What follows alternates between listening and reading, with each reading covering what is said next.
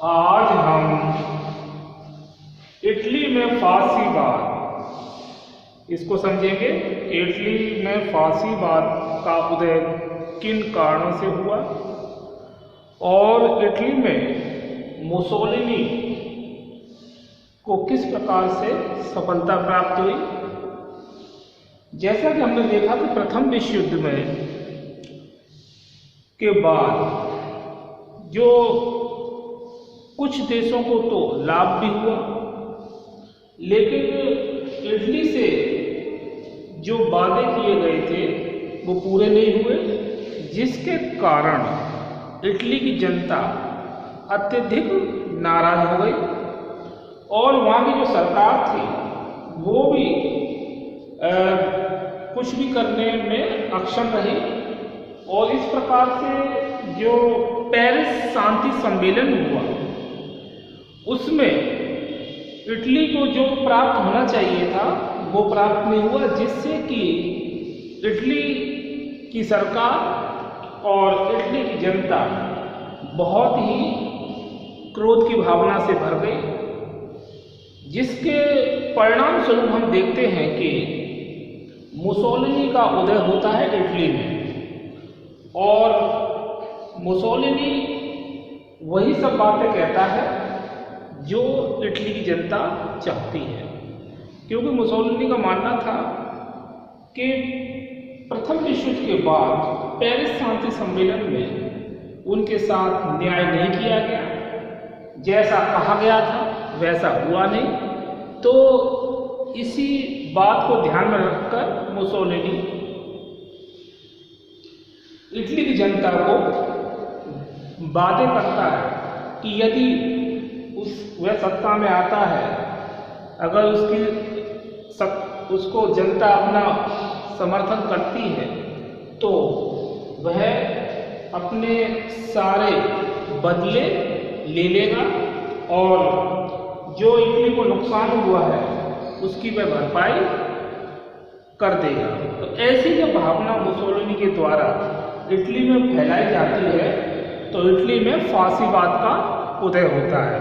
अब हम विस्तार से फासीवाद के बारे में जानेंगे। इटली में फासीवाद 23 मई 1915 को इटली मित्र राष्ट्रों की ओर से प्रथम विश्व युद्ध में शामिल हो गया। पहले नहीं, लेकिन बाद में वह शामिल हो जाता है। इस युद्ध में उसे भारी क्षति उठानी पड़ी। अक्टूबर 1917 में कैप्रेटो के स्थान पर इटली बुरी तरह पराजित हुआ। कहाँ पर? कैप्रेटो में इस स्थान पर इटली बुरी तरह पराजित हुआ। इस युद्ध में इटली के 6 लाख सैनिक मारे गए। कितने लाख? 6 लाख।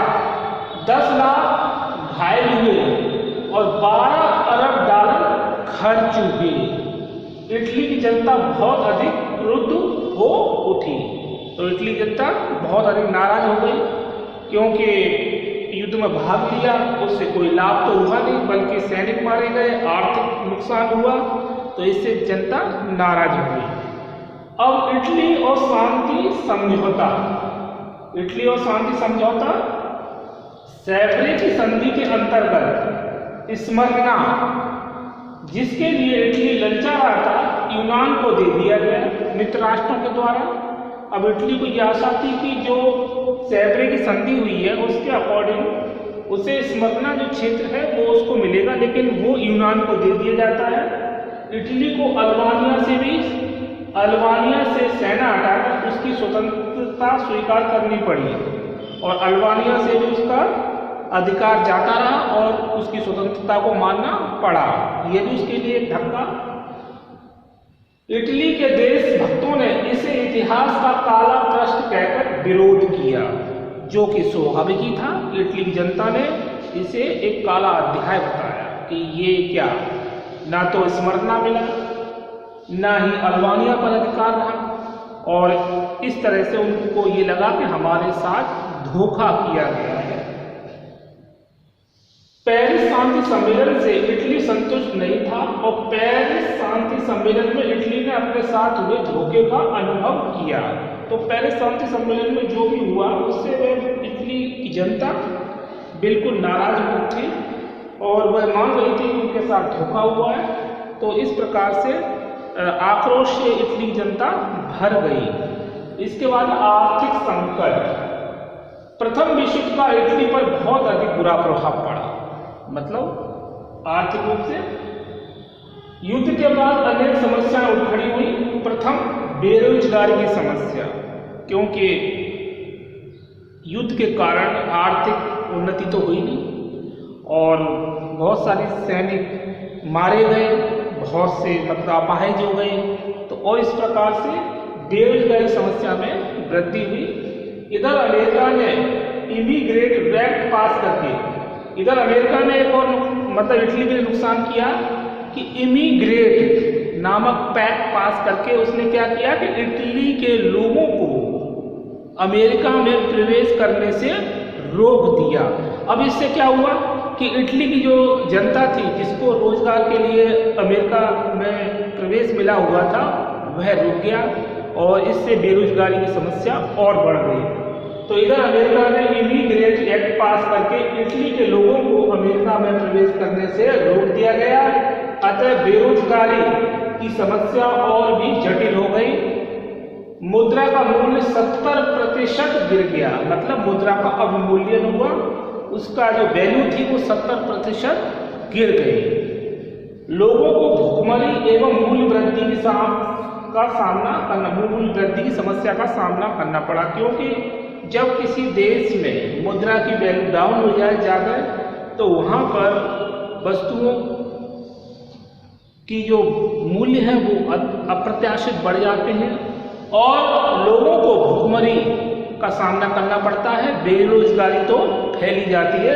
ऐसा ही इटली में आर्थिक संकट उत्पन्न हुआ। इसमें अमेरिका ने जो इमिग्रेट एक्ट पास करके और भी समस्या को बढ़ा दिया था। राजनीतिक संकट। इटली में कभी भी प्रजातांत्रिक राज्य नहीं रहा था और न ही वह ऐसी कोई प्रथा थी वहाँ पर। 23 जून 1919 ईस्वी से 19 अक्टूबर 1922 ईस्वी तक इटली में 6 सरकारें बनी। सभी मंत्रिमंडल धोखाधड़ी से काम चला रहे थे। मतलब सरकारें कितनी बनी? 6। मतलब कितने कम समय में 1919 से 22 के बीच में इटली में 6 सरकारें बन जाती हैं और किसी को भी स्पष्ट बहुमत नहीं। तो इस प्रकार से धोखाधड़ी से वह काम चल रहा था। कोई भी डिसीजन लेने कड़ाई से डिसीजन नहीं ले पा रहे थे और अपना काम चला रही थी सरकारें, जिसका बुरा प्रभाव इटली पर देखने को मिलता है। सरकार नौकरशाही के नियंत्रण में थी, जो पूर्णतः भ्रष्ट थी। और सरकार नौकरशाही मतलब जो पूंजीपति वर्ग थे वो अपने हिसाब से उसको डील कर रहे थे और सरकार जो थी करप्शन में डूबी हुई थी। पूंजीपतियों का सरकार पर पूर्ण प्रभाव था। तो पूंजीपति एक तरह से अप्रत्यक्ष रूप से सरकार को चला रहे थे। ऐसी कष्टप्रद स्थिति में को समाप्त करने के लिए, इटली को पुनः प्रतिष्ठा प्रदान करने के लिए इटली में फासिज्म एवं फासीवाद का उत्कर्ष दिखाई देता है। तो ऐसी आर्थिक और राजनीतिक संकट को देखते हुए इटली की जनता मानती है कि इससे उबरने के लिए कुछ न कुछ राजनीतिक परिवर्तन होना जरूरी है। तो ऐसी स्थिति में क्या है, इटली में फासिज्म एवं फासीवाद का उत्कर्ष होता है। इसके बाद फासीवाद के उदय एवं उत्कर्ष के कारण अब समझेंगे हम कारण कि वो कौन कौन से कारण थे जिसके कारण इटली में फासीवाद का उदय हुआ। तो जनता में असंतोष पहला कारण, आर्थिक असंतोष दूसरा कारण, राष्ट्रीयता पर आघात तीसरा कारण, हीगल के सिद्धांतों का प्रचार चौथा, साम्यवाद का प्रभाव, राजनीतिक दलों की आपसी फूट और सरकार की अकर्मण्यता। तो ये 7 कारण हैं इटली में फासिज्म एवं फासीवाद के उदय के कारण। तो पहला कारण जनता में असंतोष। पेरिस शांति सम्मेलन से जनता नाराज थी। लंदन की गुप्त संधि में जो उसे देने को कहा गया था, पेरिस सम्मेलन में उनमें से अधिकांश प्रदेश प्रदान नहीं किए गए। तो पेरिस शांति सम्मेलन में जो कहा गया जनता से यानी इटली से, और वो गुप्त संधियां में इंग्लैंड के साथ हुई थी, लेकिन उनको वो प्रदेश नहीं मिले जो उनको वादे किए गए थे कि वो दिए जाएंगे।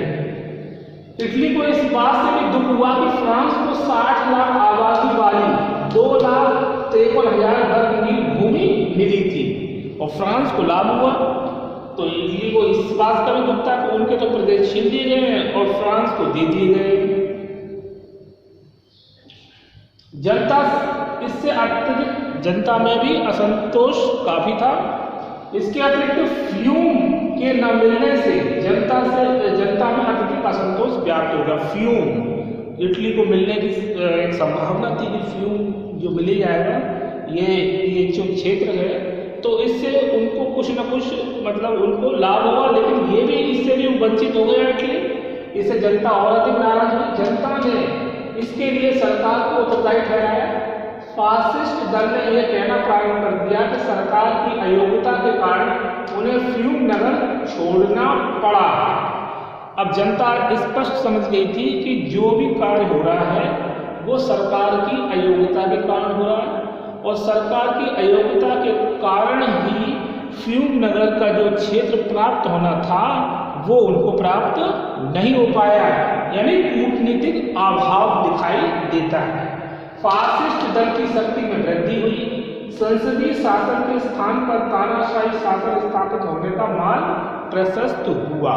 तो इधर फासीवाद और जो फासिज्म था उसके जो सदस्य थे वो इस बात का प्रचार करने में लग जाते हैं कि जो वर्तमान सरकार है वो किसी भी प्रकार से योग्य नहीं है, उसने फ्यूम को भी नहीं प्राप्त कर पाया और फ्रांस को लाभ हो रहा है। गुप्त संधि के अंतर्गत जो उन्हें दिया जाना था वो भी नहीं प्राप्त हो पा रहा है, तो इसके लिए सरकार जिम्मेदार है और इस प्रकार तानाशाही शासन स्थापित होने का मार्ग प्रशस्त होने लगता है। और ये बताया जाता है कि ये वर्तमान सरकार बिल्कुल अयोग्य है। आर्थिक असंतोष। विश्व युद्ध के कारण इटली को अपार जनधन की हानि हुई। विश्व युद्ध में तो जैसा कि हमने देखा कि प्रथम विश्व युद्ध में सभी देशों को बहुत सारे सैनिकों की हानि उठानी पड़ी, आर्थिक नुकसान उठाना पड़ा। वैसे ही इटली को भी जनधन की हानि हुई। राष्ट्रीय ऋण बहुत अधिक बढ़ गया था, जो कर्ज लिया गया था।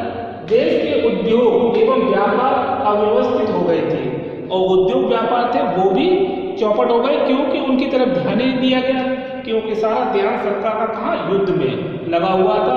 तो उद्योग व्यापार के क्षेत्र में कालाबाजारी भी देखने को मिलती है, भ्रष्टाचार भी बढ़ता है। मुद्रा का अवमूल्य गिरने लगा और बेरोजगारों की फौज खड़ी हो गई।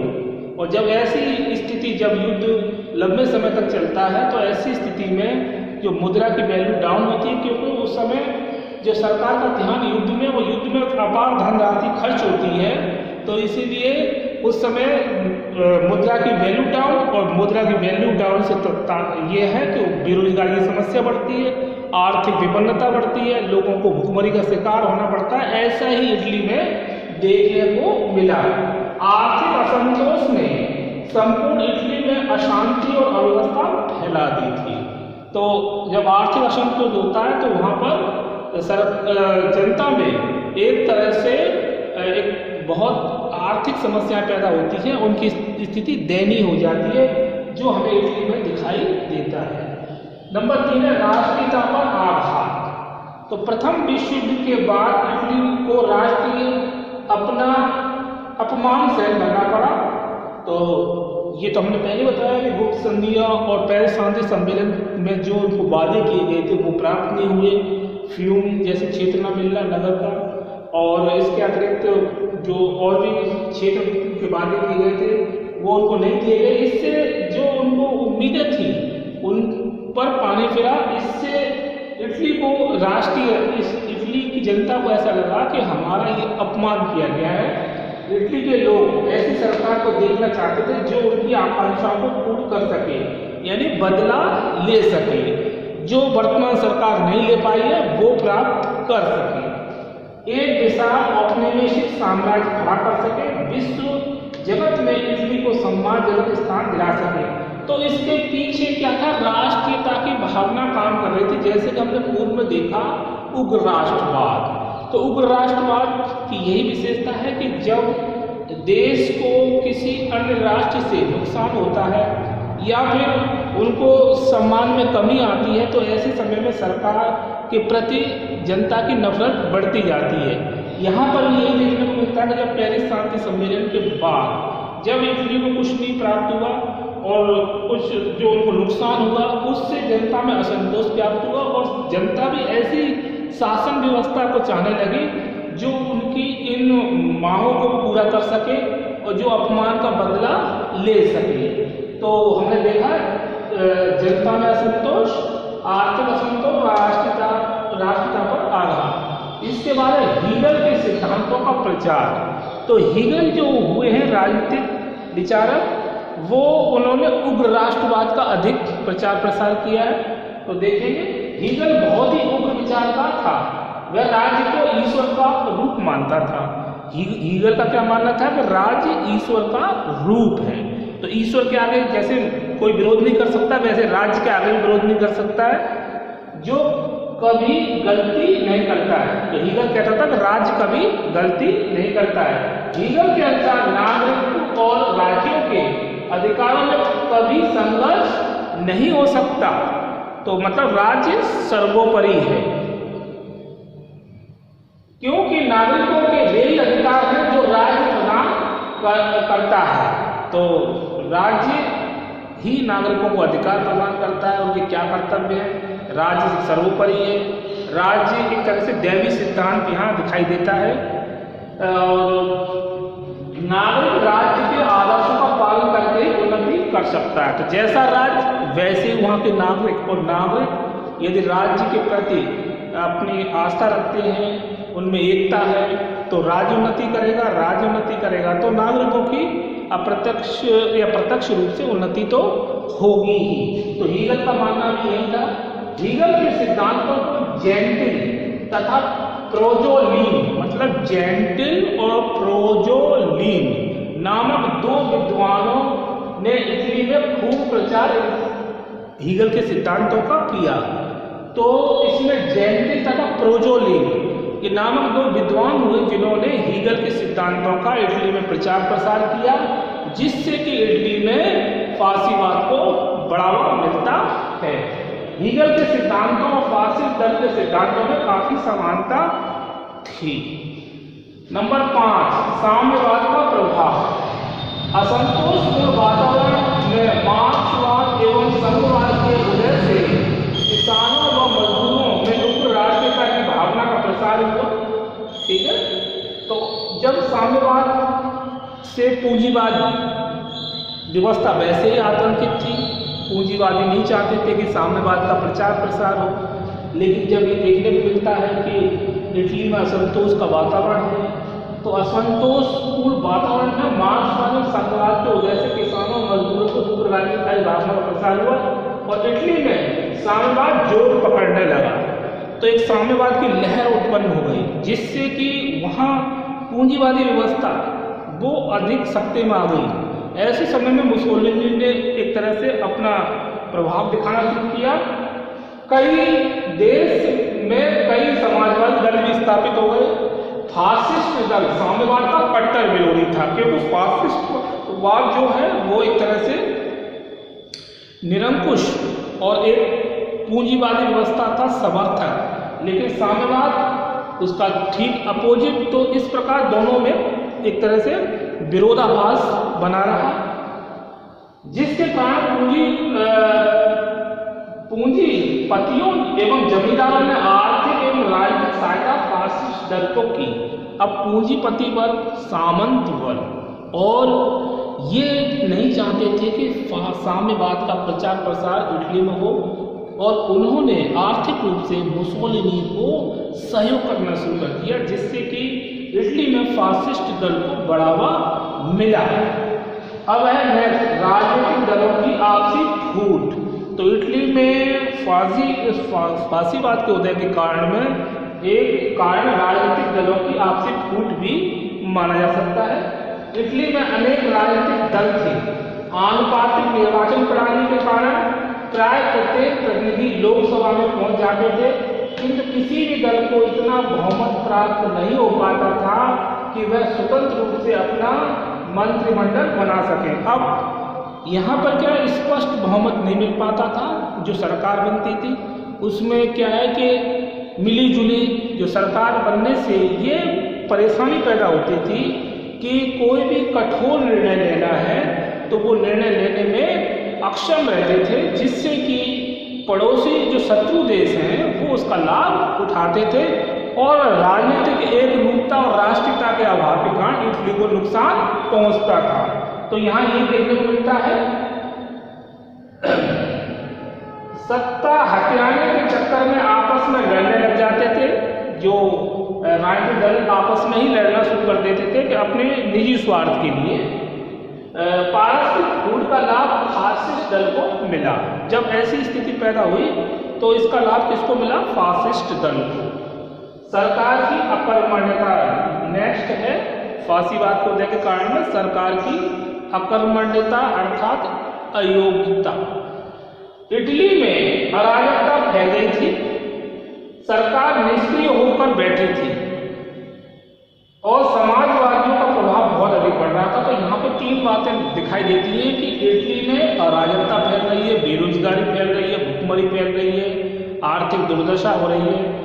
दूसरा, सरकार कोई कठोर डिसीजन नहीं ले रही है, उसे यही चिंता लगी है कि उसकी सरकार कैसे बची रहे, कठोर डिसीजन लेने से वो बच रही है। और समाजवादियों का प्रभाव अधिक बढ़ रहा है। तो ऐसी स्थिति में क्या होता है, किंतु जनता की समस्याएं कम नहीं हो रही थी। मतलब जनता ये देख रही थी कि हमारी जो समस्याएं ज्यों की त्यों बनी हुई है, इसको कैसे इसका निपटारा हो, इनका हल हो। तो सरकार की कमियों के कारण फासिस्ट दल उन्नति कर रहा था। तो अब फासिस्ट दल का जो मुखिया मुसोलिनी, वो इन सब गतिविधियों को देख रहा था कि इटली में किस प्रकार की भूमिका बन रही है, वातावरण किस प्रकार का राजनीतिक वातावरण है, तो वो इसका लाभ उठाना चाह रहा था। और उसके दल के जो लोग थे, मतलब वो पहले से प्रचार प्रसार करने में लगे हुए थे, जैसे कि जेंटिल और प्रोजोलिन, ये तो हीगल के विचारों का प्रचार प्रसार कर रहे थे। लेकिन इस प्रकार की जो स्थिति इटली में जो राजनीतिक स्थिति पैदा थी, इससे फासिस्ट दल की उन्नति दिनों दिन होती जा रही थी। फासिस्ट दल का जनदाता मुसोलिनी था। इस दल के सदस्य को फेसियो, इस दल के सदस्य जो क्या थे, फेसियो कहलाए। मतलब फासिस्ट दल का जनदाता मुसोलिनी और इस दल के जो सदस्य थे उनको फेसियो नाम से जाना जाता था। मुसोलिनी ने इटली का शासन स्वरूप बदल दिया। तो मुसोलिनी ने अपनी एक सेना की वेशभूषा और विचारधारा वही जो हीगल की। तो इस प्रकार से मुसोलिनी ने इटली में फासिस्ट दल के निर्माण में पहले वहाँ की राजनीतिक स्थिति को जानकर और समझकर उन सभी कमजोरियों को समझते हुए जो इटली में समस्याएं विद्यमान थी उसको जनता के सामने रखा, जनता को उकसाया, जनता को ये वादे किए मुसोलिनी ने कि यदि वो सत्ता में आते हैं तो वो उन सभी समस्याओं का निराकरण कर देंगे जो वर्तमान में इटली में चल रही है। और जो उनके क्षेत्र छीन लिए गए हैं मित्र राष्ट्रों द्वारा, जो वादे किए गए थे, जो उनको नहीं दिए गए हैं, वो उनको प्राप्त कर लेंगे। तो ऐसी जब विचारधारा मुसोलिनी ने जनता के सामने रखी तो इटली की जनता बेहद प्रसन्न हुई और फासिस्ट दल को अपना समर्थन दिया। इस प्रकार से इटली में फांसीवाद का उदय होता है। तो आज हमने इस वीडियो में इटली में फांसीवाद के उदय के बारे में समझा, कौन कौन से कारण थे। तो इटली और शांति समझौता, जिसमें वह बिल्कुल नाराज, पेरिस शांति सम्मेलन से उन्हें कोई कुछ प्राप्त नहीं हुआ जो वो चाहते थे। आर्थिक संकट ने भी इटली में असंतोष व्याप्त कर रखा था। इधर अमेरिका के इमिग्रेंट एक्ट पास से भी इटली जनता बहुत नाराज और बेरोजगारी और भुखमरी में वृद्धि होती है। राजनीतिक संकट हम देखते हैं कि एक 1922 ईस्वी तक इटली में 6 सरकार बदल जाती है। प्रकार कुछ नहीं और मंत्र करप्शन ज़्यादा बढ़ रहा था, पर पूंजीपति सरकार का पूर्ण प्रभाव। तो इस प्रकार से एक तरह से असंतोषजनक स्थिति इटली में थी। फिर इसके बाद देखते हैं कि फासीवाद के उदय उत्कर्ष के कारण जनता में असंतोष, एक तो फ्यूम नगर को लेकर, दूसरा मुद्रा की वैल्यू डाउन होना, बेरोजगारी, भुखमरी और भूख संधियों द्वारा जो वादे किए गए थे वो प्राप्त न होना। आर्थिक असंतोष में हम देखते हैं कि राष्ट्रीय ऋणों का बढ़ जाना, जनधन की हानि होना, मूल्य का मतलब जो मुद्रा का मूल्य गिरने लगना और बेरोजगारी फैल जाना, ये प्रमुख मतलब आर्थिक रूप से समस्याएं थी। राष्ट्रीयता पर आघात, इसमें देखते हैं प्रथम विश्व युद्ध के बाद इटली में राष्ट्रीय अपमान सहन करना पड़ा और इटली के लोग ऐसी सरकार देखना चाहते जो उनकी आकांक्षाओं को पूर्ण कर सके। ऐसी स्थिति में फांसीवाद का उदय होता है। हीगल के सिद्धांतों का प्रचार, हीगल जो कि राज्य को सर्वोपरि मानता है, ईश्वर तुल्य मानता है और राज्य की आज्ञा का पालन करना नागरिक मतलब जनता का प्रमुख कर्तव्य है। तो इस प्रकार से जो दैवी सिद्धांत यहाँ दिखाई देता है तथा हीगल के विचारों को प्रचार प्रसार करने में जेंटिल और ब्रोजोलिन का प्रमुख हाथ रहा और इन्हीं सिद्धांतों का फासिस्ट दल को फायदा मिलता है। हीगल के सिद्धांतों पर साम्यवाद का प्रभाव, साम्यवाद से भयभीत होकर पूंजीपति और सामंत वर्ग के लोग नहीं चाहते थे कि सामंतवाद का प्रचार प्रसार हो। तो ऐसी स्थिति में फासिस्ट दल ने अपनी विशेष लाभ प्राप्त किया और उभर कर सामने आया। राजनीतिकों की आपसी फूट, राजनीतिक दल जो कि मिलीजुली सरकार बना के बैठे हुए थे वो कुछ भी नहीं करते, वो निष्क्रिय रूप से देखते रहते समस्याओं को, जिससे जनता में दिनों दिन असंतोष बढ़ता गया और भ्रष्टाचार में वृद्धि हुई और मंत्रिमंडल सिर्फ सत्ता बहकाने में लगा रहता था। तो ऐसी स्थिति में पारस्परिक फूट का लाभ फासिस्ट दल को मिला। सरकार की अकर्मण्यता में भी इटली में फांसीवाद के उदय में महत्वपूर्ण भूमिका निभाई। तो आज हमने इटली में फांसीवाद के उदय के कारणों के बारे में जाना। अब फांसीवाद से संबंधित और भी विभिन्न घटनाओं को, उनसे संबंधित जानकारी नेक्स्ट वीडियो में प्राप्त करेंगे। आज इस वीडियो में इतना ही। ओके।